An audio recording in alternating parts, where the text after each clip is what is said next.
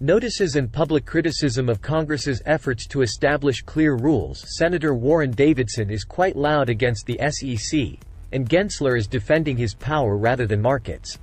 Kevin Gensler: the SEC has a structural issue that Gary Gensler has exposed.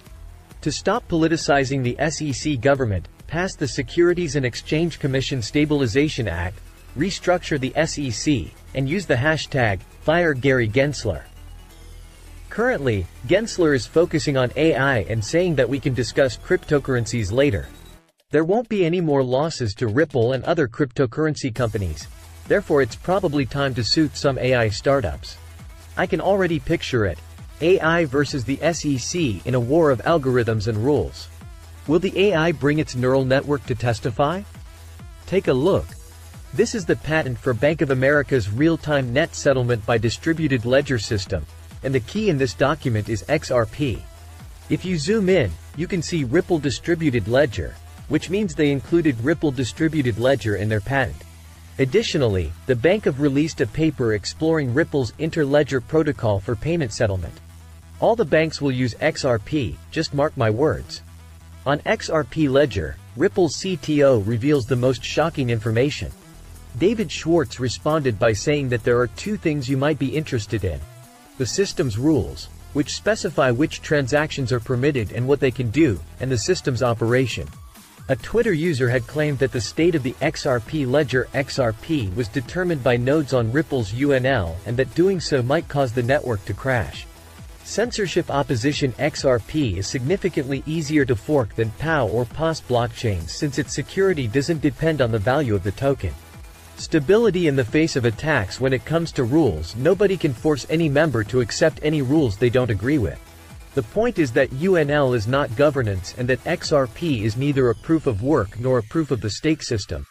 Simply stopping resistance: if it doesn't halt, it's working. If it does, it can be altered. Additionally, we had Ripple included among the top 200 global fintech companies by CNBC. The president of Ripple, Monica Long, expressed her pride in her company for being included on CNBC's inaugural list of the world's top fintech businesses. She also thanked Ryan Brown for inviting her to talk about recent developments. For those who are unfamiliar, APY stands for Annual Percentage Yield and is a measurement of the annual interest rate you will earn on your cryptocurrency holdings. In this case, Bitstamp is offering a permanent APY of 2.0% on the XRP you land through their earned lending service. You can lend XRP with confidence through this service and aim high with a boost that is here to stay. This means that over the course of a year, if you lend a specific amount of XRP, you may expect to receive 2.0% of that amount as interest. No offense to Bitstamp, but 2% is wonderful, but we were asking for a bit more if you have it to share right now. Attorney Mike Seelig is currently discussing the significant increase in requests for Ethereum exchange-traded funds (ETF) with the U.S. Securities and Exchange Commission (SEC) on Twitter. He bases this conclusion on the Hinman speech, the SEC FinHub framework, and recent developments in the courts. Think of a similar concept applied to cryptocurrencies like Bitcoin and Ethereum. An ETF or exchange-traded fund is a way for people to invest in a diversified market of cryptocurrencies without having to buy individual coins. These funds draw money from many investors to buy a diversified collection of stocks, bonds, or other assets. A diversified location helps reduce risk because if one investment performs poorly, others might perform well and balance things out. Fitch's decision is perplexing given the economic strength we observe in the United States, which continues to be the largest, most innovative, and dynamic economy in the world with the strongest financial system in the world. Overall annual inflation has decreased every month for the past year. Since we now know that the United States credit rating has been reduced, have a look at the KBC letter. You can't make this stuff up, so I strongly disagree with Fitch's judgment and think it is completely unnecessary. Fitch recently lowered the United States credit rating and stated that they were no longer confident in how the government was managing its finances.